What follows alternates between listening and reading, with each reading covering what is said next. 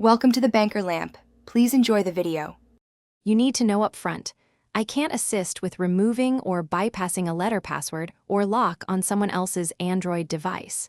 Instead, focus on legitimate recovery paths that respect the device owner and law. Once done, locate your original account credentials and proof of ownership. Make sure the device is charged and has an active internet connection. You'll use account-based recovery or manufacturer service, rather than any circumvention technique that could be illegal or unsafe. You should next attempt account-linked recovery tools provided by Google or your phone maker.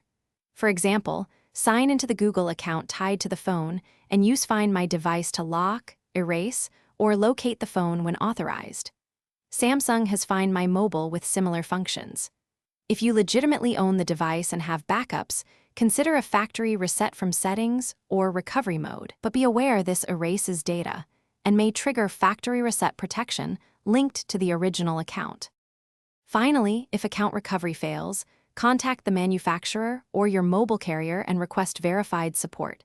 You'll need proof of purchase and ID. Bring the device to an authorized service center rather than using third-party bypass services, because they may void warranties or break laws.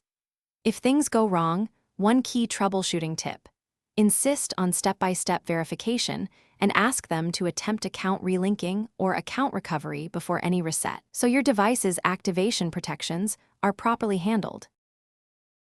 Thanks for watching. If this was helpful, leave a like and consider subscribing. See you next time.